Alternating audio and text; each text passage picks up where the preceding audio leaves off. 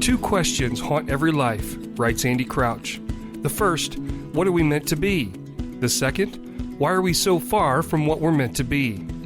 Hello and welcome to Restoring the Soul, a podcast dedicated to helping you close the gap from what you're meant to be and what keeps you from being all that.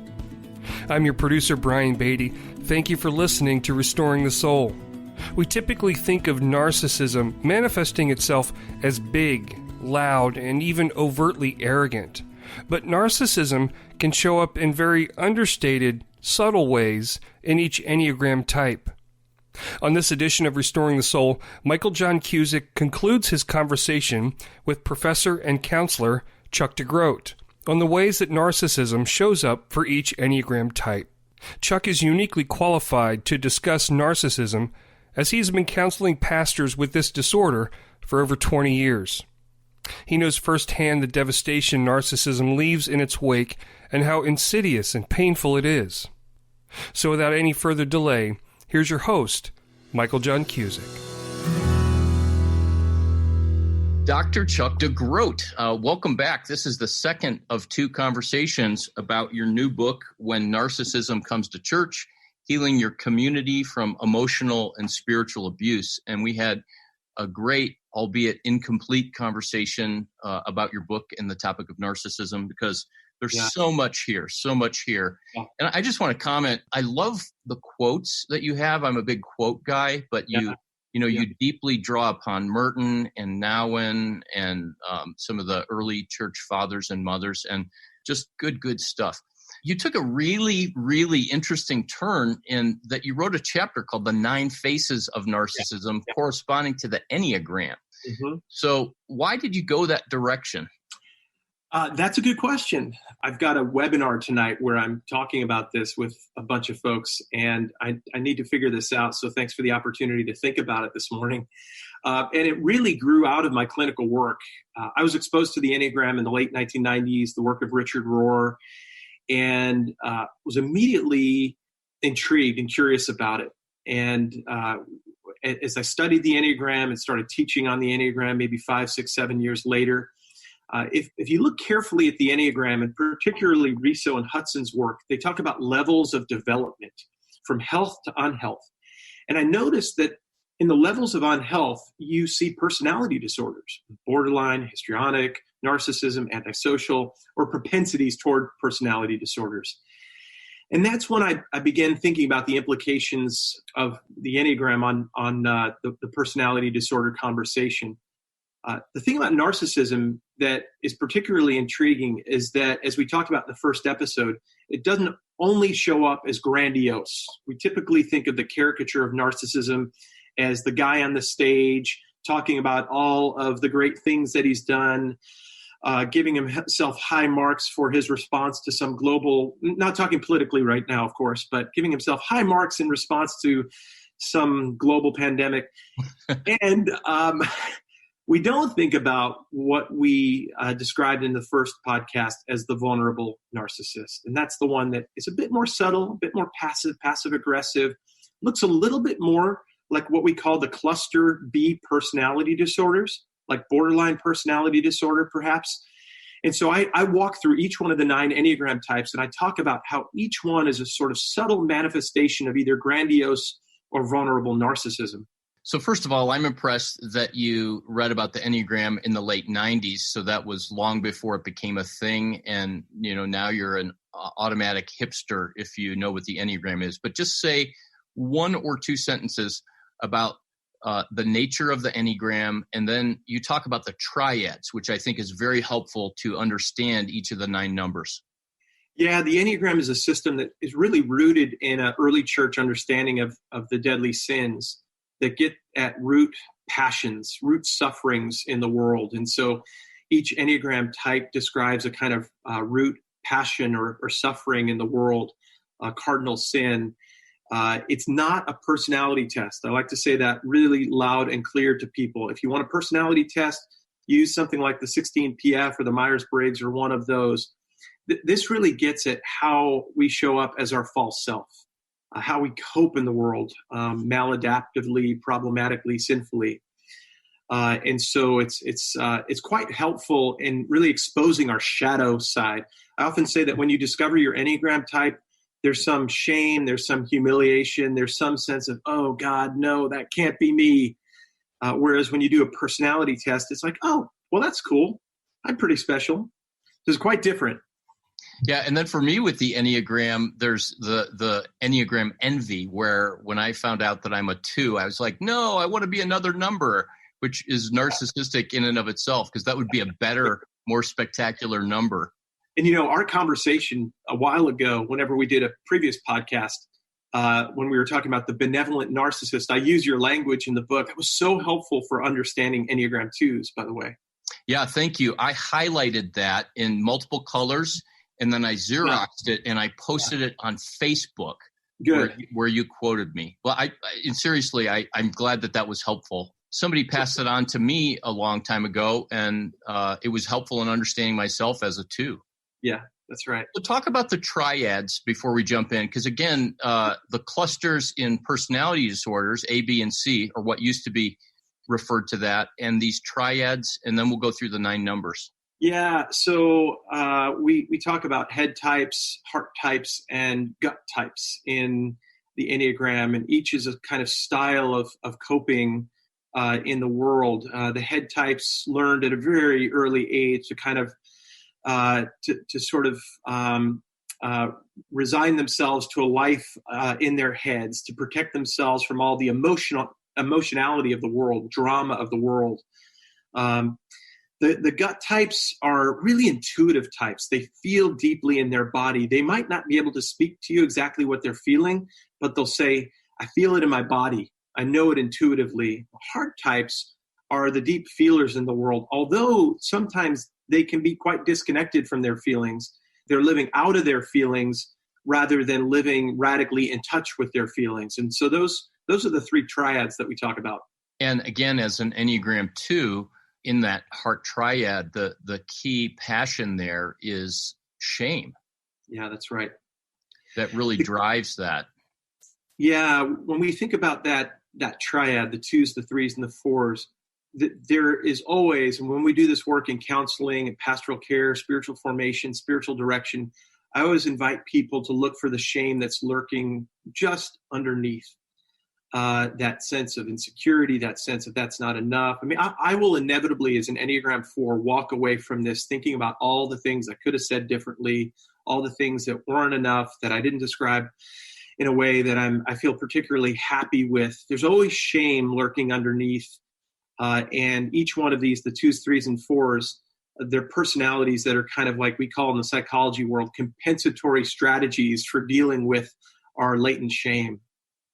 So shame is the 2s, 3s, 4s, 5, 6, and 7s in the head triad. What's the core passion there? Yeah, the core passion of the head triad, I'm forgetting. Is it fear? Yeah, shame, fear, and anger. So now this is a great opportunity for you and I to embrace shame, because I, talk about the Enneagram all the time, like to consider myself very well versed, and I don't know what feels like a basic thing that I should know. But each of these triads has a core passion. So as we head into this, I remember I asked you this question, and let's pause for our readers to fill in the blank. I said to you, what is the Enneagram number that is most prone and most likely to be a narcissist? And I was really surprised by the answer.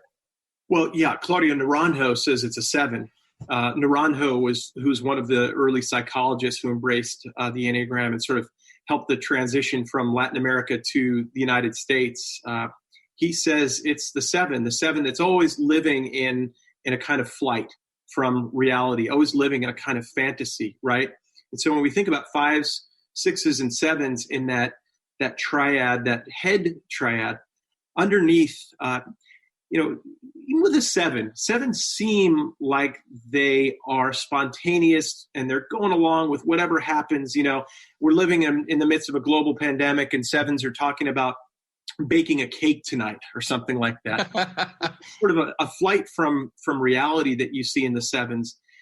the reason Naranjo calls the 7 sort of the prototypical or the archetypal narcissist is that they're about as out of touch with their human limitations, their humanity, as any of the other numbers. Now, I think you make a case, and I try to make the case that you can see narcissism in each and every one of the numbers, but people don't often guess. I mean, what would be your guess out of all the numbers of the archetypal narcissist? Well, I was just going to say that although what you're saying makes sense about the 7, I immediately go to the 8, because they're challenging and they may seem on the surface to lack empathy. But, as we know that under the surface of an 8, there's often a tenderheartedness and just a thick skin that's developed. And when 8s can be vulnerable, it can be so powerful and compelling. But then my second guess would be the 3. That's right. And that's what most people say, the 8 or the 3, the 3 who likes to be on stage, the 3 who is likely most out of touch, even though he or she is in that heart triad, right, is probably most out of touch with their emotions, right? So, and this is where I think probably for me early on, the conversation sort of gravitated to, well, I bet you could see some narcissism show up with each one of the numbers. And so the hypervigilance of the Enneagram 6 in that head triad, right? The really anxious narcissism who's always in control, or the intellectualism of the Enneagram 5, I know better than you do. It shows up in these really unique ways for each one of them. It's so subtle. And, as you said that again, every number, I just kind of smiled like, yeah, I'm very aware of how as a 2 and as a human being, it can play out. And I'm pretty random. So my mind just went to an old cassette tape, one of the very first sermons I heard Brennan Manning give. And he was talking about his ego. And, the ego for our listeners is akin to the false self. It's what we construct to protect ourselves and to keep ourselves from being seen. So Brennan was talking about his ego, and he said, I'm so preoccupied with stroking my ego, for example. And then he made this list of things, and he said, for example, Amy Grant said publicly that I was her favorite author. And I thought, yeah, I mean, Amy Grant hasn't said that about me, but, the propensity to name drop, or the propensity to promote myself, or for a long time, I remember being in conversations with others as a young believer and knowing, that being loving is being more concerned with others, but in conversations, waiting for people to stop talking just so I can talk about myself. Yeah. And I don't think I'm a flaming narcissist, but it's just so inherent that there's a real freedom to be able to just go, yep, it's there. And then to bring it into the light. Yeah. And jumping back to 2s, 3s, and 4s, that's a worthy tangent, right? And that shame lurking beneath. There is always that question, do you see me? Am I worthy, right? And so that's the question that I have to acknowledge as I come to a podcast like this, as you do a podcast. Do you see me? Am I worthy? Will you listen to this? Will you think that I'm okay? So ego is always at work. And that, I mean, we talked about this in the first podcast. We don't ever get over ego. Ego is always at work. It's, are we aware of it so that it doesn't surprise us? So that when, 3 hours from now, I look back, I say, oh, golly, I could have answered that question so much better, that for the next 48 hours, I'm not in bed under my covers saying I'm never, ever going to do a podcast again with Michael, right? As we do our work, we become more resilient, and we realize that we're fragile, limited, broken human beings that can live as God's beloved, that God delights in us even with all our quirks and all of our messiness. Yeah, so that part of how that false self, the ego, loses its power, and it's important to come back to what you said, that it never goes away. How it loses its power is through compassionate acceptance of it, which is totally counterintuitive. And to begin with, some people have to begin with that starts with God compassionately accepting those parts of us. Yeah. Here's a very provocative statement, but I like to say to people sometimes, God loves your sin. So he doesn't love the effect of it, or he doesn't love the, I don't have to qualify that God loves your sin because he loves all of you. He loves the ego. He loves the false self, and knows that that stands in the way of actually living as the beloved. Yeah. Yeah. Brendan Manning in Abba's Child talks about the false self as the imposter, right? Right. And at one point, I forget exactly how he does it, but it's been a little while since I read it. But he talks about as you grow, the imposter gets smaller and smaller. And then it's sort of like, it's like this little thing that's sitting on my laptop right now. It's like, hey, buddy, I know you're really worried about what people think about you right now. It's okay. It's okay. I love you. For so many of us, and I know for me, for so many years, it's been so large. And on some days, it's so large. But yeah, there you are, little buddy. I know you're scared right now. It's okay. And how cool that doing that, I think of Matthew 18, where Jesus says that we have to become like a little child to enter the fullness and the reality of heaven here, the kingdom of God. Yeah. Yeah, that gets back to our fragility, our weakness, right? We were just, by the way, I'll draw us back to the Enneagram for a moment. We left out the 8s, 9s, and 1s, right? And when I think about that little child, I think about my friends who are 8s. I think about my closest friend here in town who is an 8, who lets me see the little boy, the fragile little boy, the scared little boy. I know my friend can show up in ways that are intimidating, scary. This is, by the way, underneath is that root sin of anger, right? And so we know that there's some anger underneath there. But he's just a little boy, like me, like you. And when we come to realize that, there's such freedom, such self-compassion, such self-acceptance, which is really getting back to our first podcast, the essence of self-love. Yeah. So we'll talk about the Enneagram, but just one little final rabbit trail. For anybody who's listening, look this up on YouTube.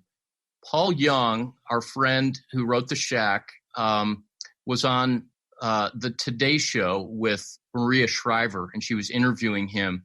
And it was this amazing conversation about the heart of God as she was talking about the book, The Shack. And at the end, Maria leans forward as if to kind of really get close to him. She says, Paul Young, who are you? And without hesitating, he said, Maria, I'm a child.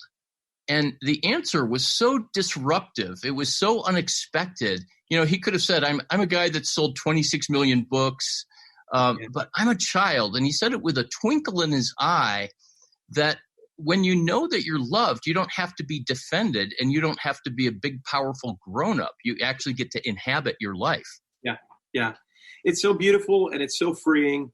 And the reality is that if we're honest, most of us live pretty disconnected from that child most days. I know I do because I'm busy and self-important. I've got lots of things going on. But when we get in touch with that child, it feels like from that place we can live vulnerably, honestly, in our brokenness, in our fragility. We could be known, right? Yeah. And so when we're disconnected from that child, we are disintegrated. When we are connected and living in belovedness with those parts, we are integrated. And as you discussed in your book, Wholeheartedness, that's actually the meaning of wholeness. And wholeness is holiness. Yeah, that's right. It's about inviting every part of ourselves, even the parts that we don't like very much, into what I like to describe as the inner family room. Like internally, I've got this inner family room, and everyone's welcome.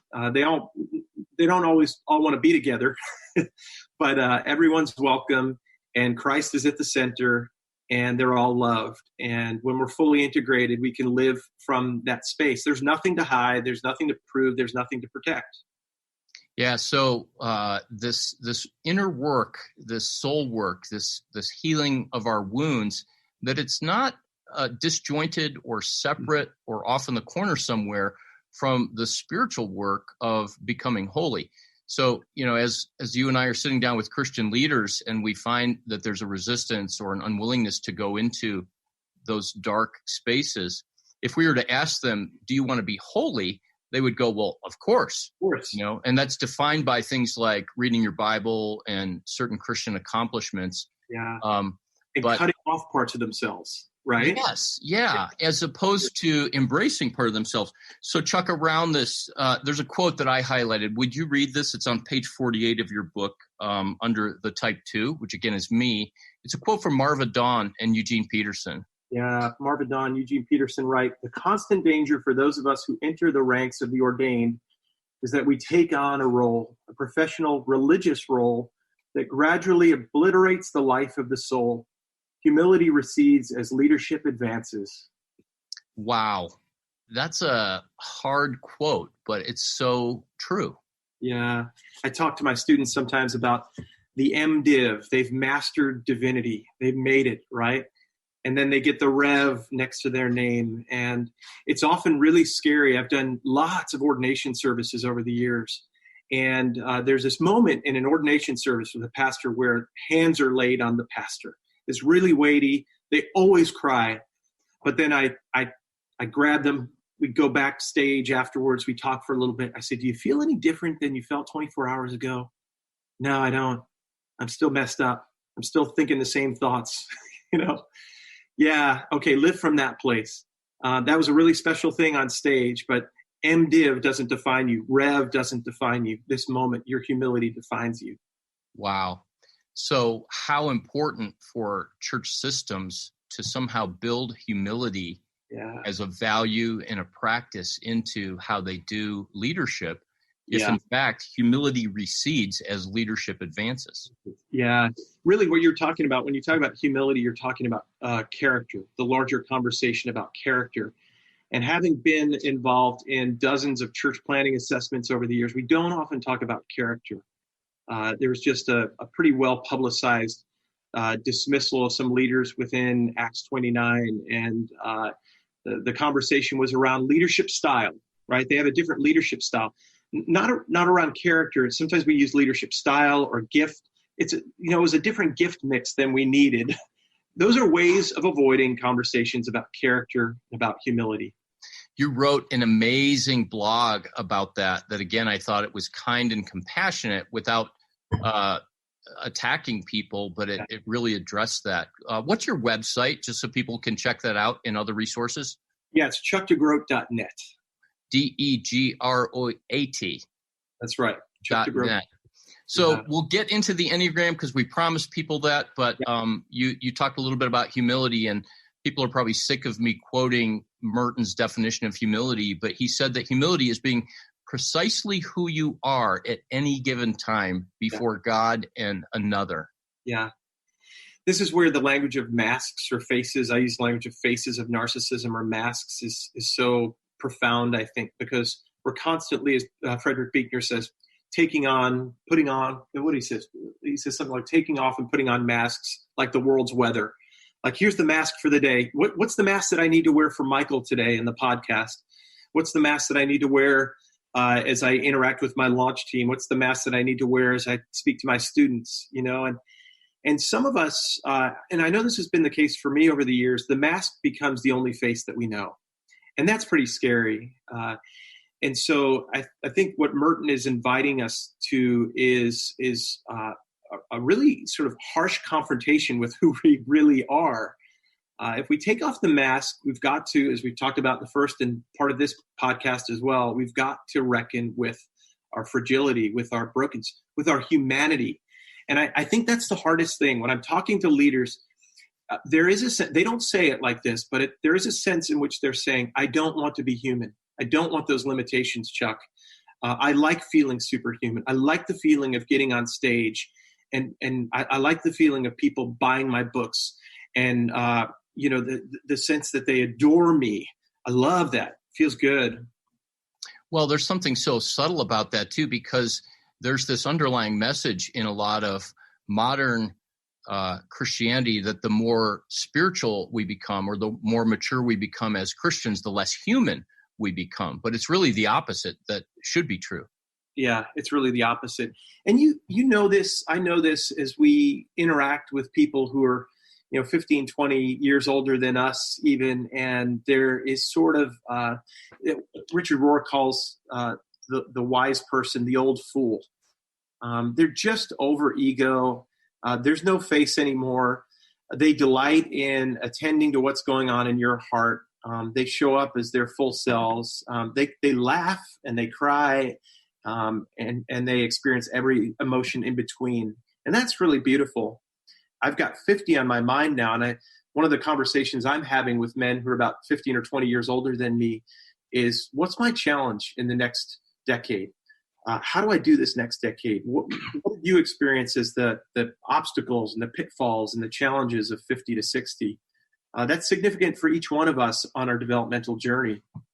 Yeah, Gordon MacDonald has done some really good work around that. And I actually have a podcast where he walked through each of the decades and good. The work that we need to do and the question that we're asking and some of the impediments. And I forget what book it is that he wrote that in, but he's one of those sages.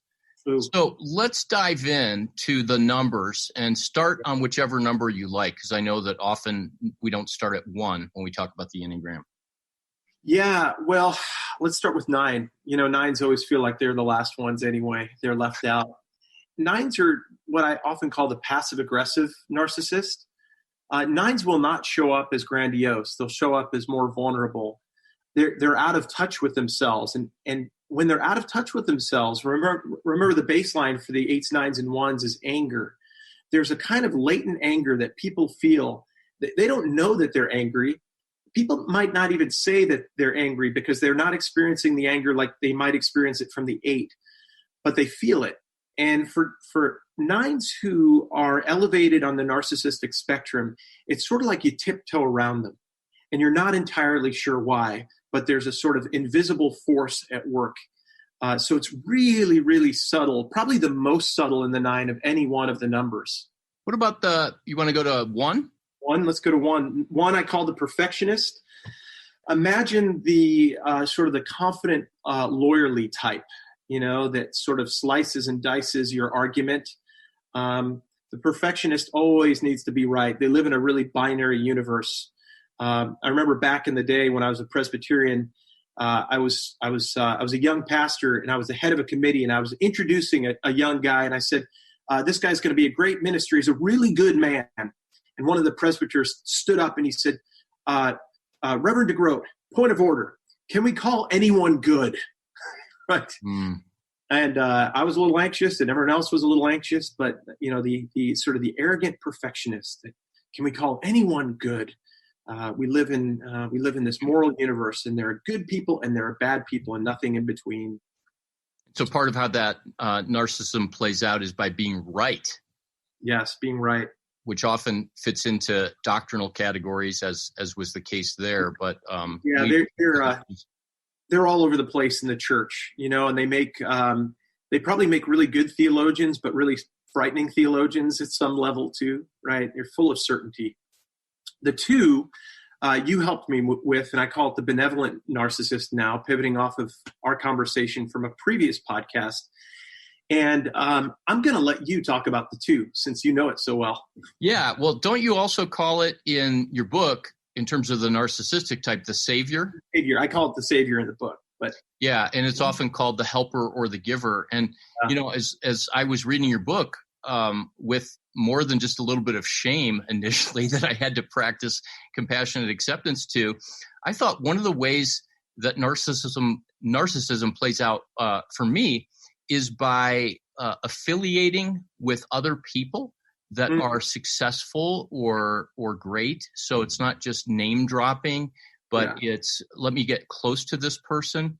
Yeah. And then another way is through flattery, and I made a joke about this at the beginning, but I really need to be aware of it by saying, oh, your book is the greatest book on this whatsoever. Yeah. And then by that, I'm, quote, encouraging, helping, giving to you. But if that's coming out of a place in me that needs to affirm you so that you will then accept, affirm me and want to come back on my podcast, then that's really unhealthy and self-serving. Yeah.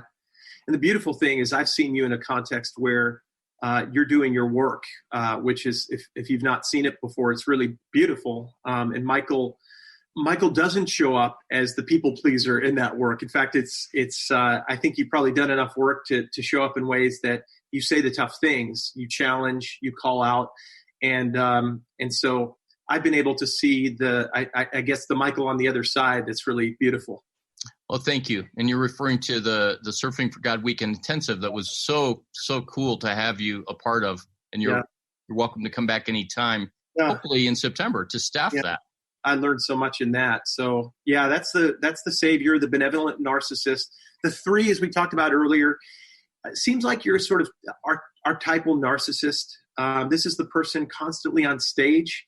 I like to talk about when I'm doing work with these men in particular about the stage self. It could be men and women, but I work with a lot of men who show up as their stage self. Even in the counseling room, they'll be on stage. And it's really fascinating. They're the performer. They're the winner.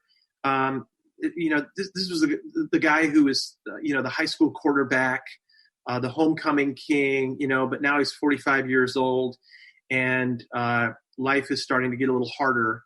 And he's trying to maintain his space on the stage, but it's not working for him anymore. And often my invitation to this person is to say, take me behind stage.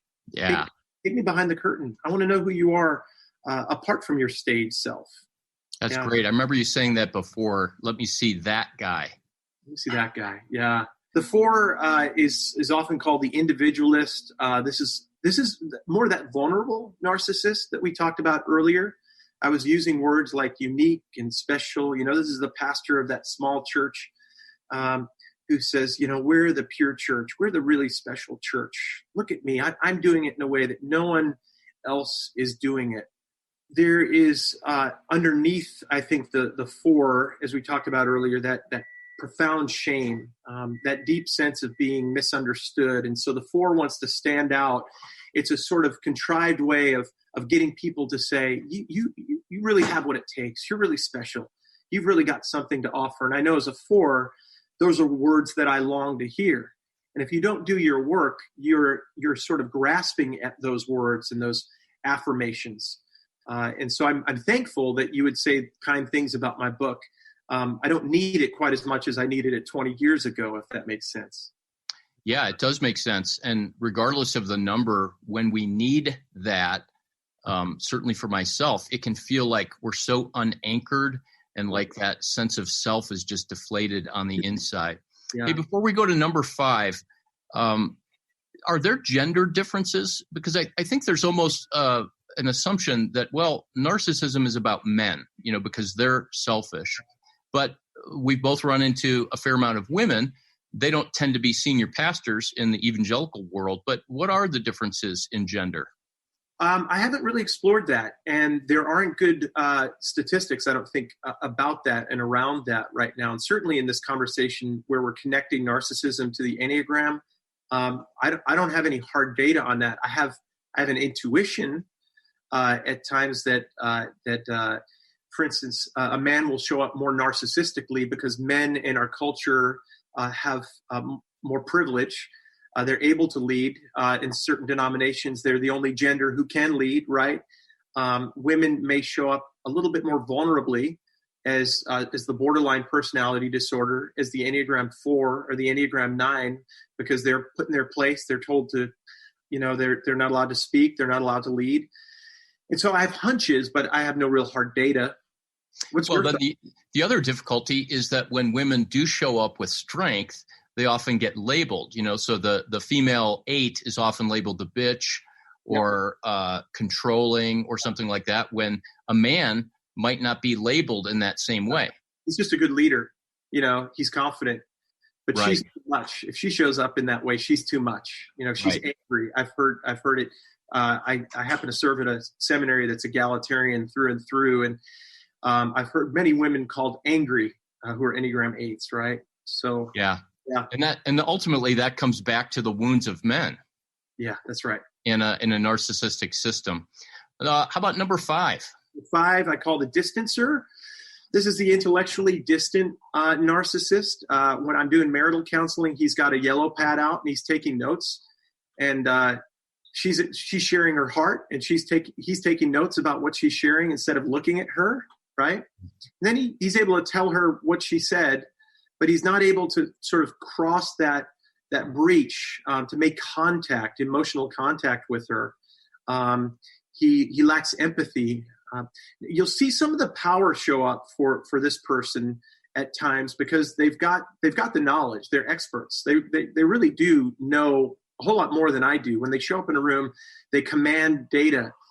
They can use that in forceful ways and arrogant ways, but fives can also be kind of socially distant or awkward or behind the scenes and lack empathy.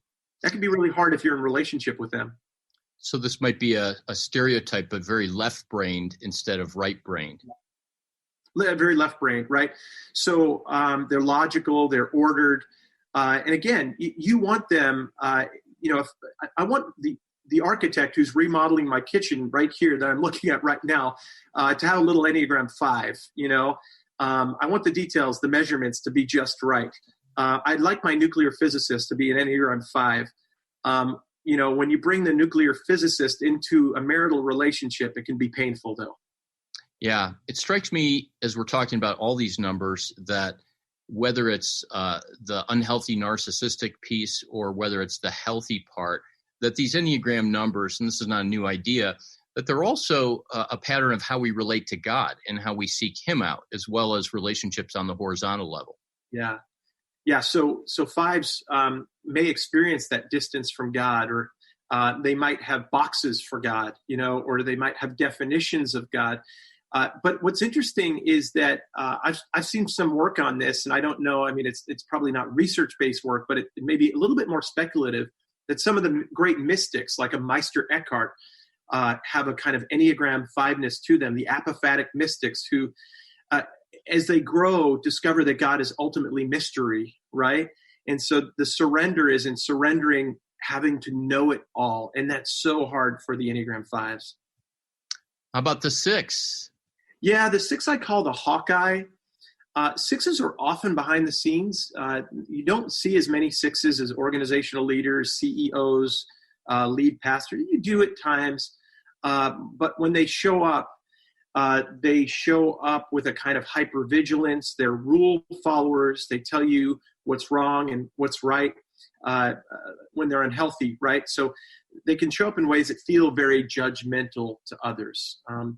That hypervigilance is that sense that they see everything. So you might find yourself tiptoeing around them because, if that they might see something that you're doing that might be just a little bit off. I remember working with a particular accountant in a church a long time ago who, whenever I brought a receipt, I was nervous because I inevitably not have like the itemized receipt or something like that. And I get the look of like, I'm disappointed in you, Chuck. I'm not saying at all that she was a narcissist, but I'm just saying that's the feel sometimes is I'm disappointed in you when they're in unhealth. Okay. We talked a little bit about the 7 already. Yeah. But come back and summarize that. Yeah, I call the 7 the optimist. 7 is the visionary. Let me just tell you how I've seen this play itself out. I knew a megachurch pastor who was a 7, who's constantly thinking about what's next. And so he'd talk about a great vision for the church, and then his team would begin implementing that vision. And then lo and behold, in the next staff meeting, he'd come in and he'd say, last night, I came up with something that's even better than what I came up with last week, and we're going to do this. And people are in a constant state of turmoil, a constant state of anxiety. And so they're so forward-looking that they exasperate people who need to sort of live in the present moment and deal with the details, if that makes sense. Yeah, it would be very difficult to trust a leader in that position. Absolutely. Yeah. It's exhausting to be under a leader in that position. Yeah. How about the 8? Yeah, the 8 is the challenger. This is, as we talked about before, it begins with a little boy who gets bullied and decides, I will become the bully. And so now he's 45, 50 years old, and he's command and control leader in an organization. And he only knows how to command or control. He's not good at listening. He's not good at empathy. He's not good at participation or collaboration. And so you'll experience him as the bully, as intimidating, until he gets in touch again with that fragile, limited, childlike part of him. So I want to wrap this up, Chuck, with talking about the hope and the healing. Yeah. First of all, people don't come to counseling saying, I'm a narcissist. They usually come because either they have to or they come for other reasons where there's some pressing pain, and then this is exposed. Yeah. So how do narcissists get help? Yeah, that's a good question. Well, Let me just first go back to what we talked about in the first podcast and those three descriptions of a narcissist along the spectrum, right? Narcissistic style, type, and disorder. And oftentimes I'll say if someone is diagnosably narcissistic, they have narcissistic personality disorder, transformation is tough, really tough. I mean, healing is incremental. And at that point, sometimes all we're doing is minimizing damage. I'm just trying to engender some sort of collaborative conversation to minimize the impact or the debris field of someone with narcissistic personality disorder. But for the rest of us on the narcissistic spectrum, and I'd say also, this is my approach with everyone on the spectrum, I approach that person with patience, with grace, and with curiosity. I was schooled in a kind of way of engaging people with personality disorders that was more directive and more confrontational. And I discovered early on that only pushes a narcissist away. They're so defended that there's no way that they're ever going to trust that you are the one that they can engage in a conversation with. But what I found is that if I can establish some sort of rapport or trust or relationship enough so that I can be human with them, that they begin to see some of my own limitations, some of my own fragility, that we might begin to be able to work towards some sort of way of talking about their brokenness, their fragility, their limitation as well. I remember working with this man who drove up to my office in his Lamborghini, and he parked right out front in a specially reserved spot for someone else because he was entitled to it. And he came in because I was Dr. DeGroat, right? And he came in because I was an expert in my field. And it took some time, but what I discovered, this man was rich. He was a CEO. He had all sorts of resources. But as he began to see that I wasn't a magician, that I wasn't maybe as good as he thought I was going to be at my job, as he began to see my limitations, as I'd show up late to an appointment every now and then or double book or whatever it is, that was an invitation for him to begin to talk about his own screw-ups, how he blew it, with his wife the other night, or how he runs all over his staff at his organization. And it led to some really beautiful conversation. There was minimal change with him, but there was some curiosity that I love to see and that he was open to.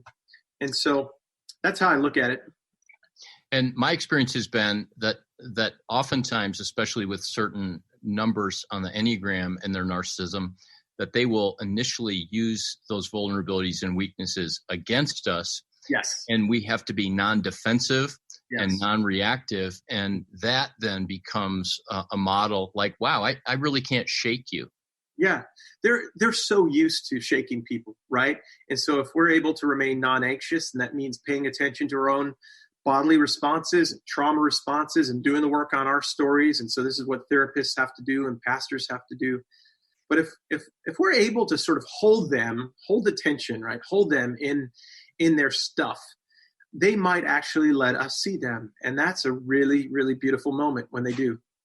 Yeah. I remember in the old days, I've been doing this about 30 years now, that I didn't hold that space very well. And I would get very reactive, defensive, and mostly on the inside, and go into a mode of trying to appease or something like that. So yeah. This is very delicate work. It goes without saying. Yeah. It's hard work. It's delicate work. It's work that if you do it over the course of time, you might not find a ton of success. There have been, at least in my work over the years, a lot of men men and women, I should say, who left, who stopped doing the work. So it's hard work. We know that when we deal with personality disorders, we're dealing with something that we call characterological, and so that means that it's been going on for a long time, and it will likely be going on for a long time, and it requires a lot of patience. But I think change, one of the things that I often say is that I wrote a book. My first book was on the Exodus story. A journey from Egypt to the Promised Land that should have taken 11 days, but that took 40 years. And that's really the story of our lives. It's slow growth. We're yeast and bread. We're like the mustard seed. Growth is always going to be slow and incremental. And part of what we can offer is grace and patience and love, and that holding environment, that space for people to take the risk, have the courage to change. And we've both been part of cultures, not always in the church, that have provided a language and a framework for understanding our own stories and even the safety to explore those. Can you talk a little bit about what that culture looks like and maybe even how to cultivate that? I know that's a separate podcast and probably a separate book, but you do have a chapter in your book about creating a healthy culture. Yeah, creating healthy cultures is so important. And oftentimes, as we talked about earlier, when we're rooting out the narcissist in the system refuses to do the work of rooting out the narcissism in the system. I really like the work of Peter Senge and the fifth discipline, systems thinking, where he talks about, in his own way, talks about going beneath the waterline.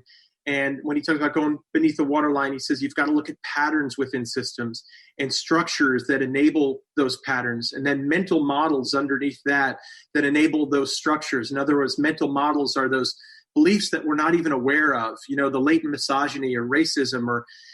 And when we're willing to do that courageous work within a system, not just put a Band-Aid on it, but for us to look at our mental models. Oh, wow, we're a mega church that really does believe we're better than all of the other churches. What's that about? What enables that? What motivates that? How are the structures complicit in that? People are willing to see the implications on structures and do the internal work of diagnosing mental models. And if a whole team or organization is willing to engage this, well, my goodness, you can see profound change within an organization, and health and honesty and transparency and humility, and churches that actually participate in the self-donating, self-giving love of Jesus, churches that actually give themselves away rather than posturing themselves against. And that's really a beautiful thing and a hopeful thing. Well, Chuck, I wish you all the success with this book. I know it's going to open up even more opportunities for you to consult and counsel. So thank you for your time, not only on this podcast number 2, but on podcast number 1. It's really been stimulating and a blessing to my heart. Yeah, thanks. We're in it together, and grateful for our friendship. So thank you for listening to another episode of Restoring the Soul. We want you to know that Restoring the Soul is so much more than a podcast. What we're all about is helping couples and individuals get unstuck. You know how some people go to counseling or marriage therapy for months or even years and never really get anywhere? Our intensive programs help clients get unstuck in as little as 2 weeks. To learn more, visit restoringthesoul.com. That's restoringthesoul.com.